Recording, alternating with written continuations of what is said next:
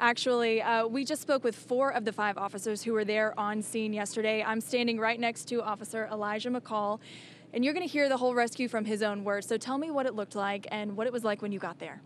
When I arrived on scene, Officer Skillman was already outside of his vehicle, actively striking the window, the driver's side window of the vehicle with his aspeton. As I pulled up, exited my vehicle, ran to the trunk and grabbed my fire extinguisher. As I'm running towards Officer Skillman, we meet halfway pretty much, and we switch out. He grabs my fire extinguisher, and then I give him my aspeton. Well, I give him the fire extinguisher, and then I get his aspeton. And you guys are hitting the windows. You're using the fire extinguishers. What does the car look like at this point? At this point, the car they struck a cement pillar, so the car was pretty banged up and pretty tight and slammed up against the pole. But as far as the hood of the vehicle, it was fully engulfed in flames. So our main goal or objective was to get the driver and the passenger out of the car. Initially, when I got to the vehicle and began hitting on the window, I did not notice the passenger. I did notice the driver. He was unconscious behind the wheel.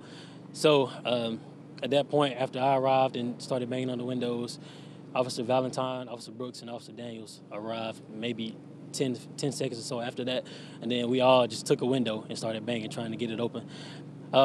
You said you noticed the passenger when he started screaming. Yeah, so pretty much the passenger was screaming because we started trying to tell them to get out of the car, or we tried to create a pathway through either the windows or try to open the doors, but all the doors were locked. So the passenger began screaming and saying that pretty much that they were stuck inside of the car and they couldn't get out.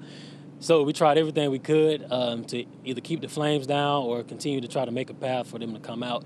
I think we did a pretty good job as far as keeping the flame down and trying to pretty much contain the scene until the fire department got there. So what's going through your minds as you're doing this? You're actually quite close to the fire as you're doing this rescue. The main goal was to get the people out of the car. Yeah, I mean, that was pretty much a lot of adrenaline. We wanted to get them out of the car. One of our main things is preserving life. So we wanted to make sure that we got the individuals out of the car so they can go back to their families, just like we wanted to. And you did, and because of you guys, the fire department says you saved their lives. They're at the hospital right now recovering. How does it feel to be called heroes today? It feels good to be called a hero, but I don't think we look at it as being called heroes. We were just doing our job. It's something we signed up for. No day is the same, but I think that's something that each of the guys and the women that do this job like about it. You get to meet a lot of different people every day, and pretty much you go out, protect and serve, and do your best.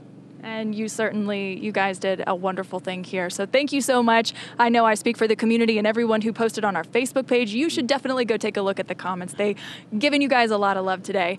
But you heard the story from their own words, and you'll hear more later on 11 Alive. Back to you, Crash. All right, Christy, I got a quick question for you and for Officer McCall, if you guys can answer this. I'm just curious, when we saw that video, they were so close to these intense flames. Were any of the officers injured during this rescue? I've heard one officer is injured, but I'm going to let Officer McCall answer this. Crash was asking, you guys were so close to the flames. Were you worried about your safety, and were any officers injured? I think each of us were worried about, the car blowing up or anything like that pretty much happening. But like I said, we had a goal. Our main goal was to either keep the flames down or to get the guys out of the car, and so we did our best.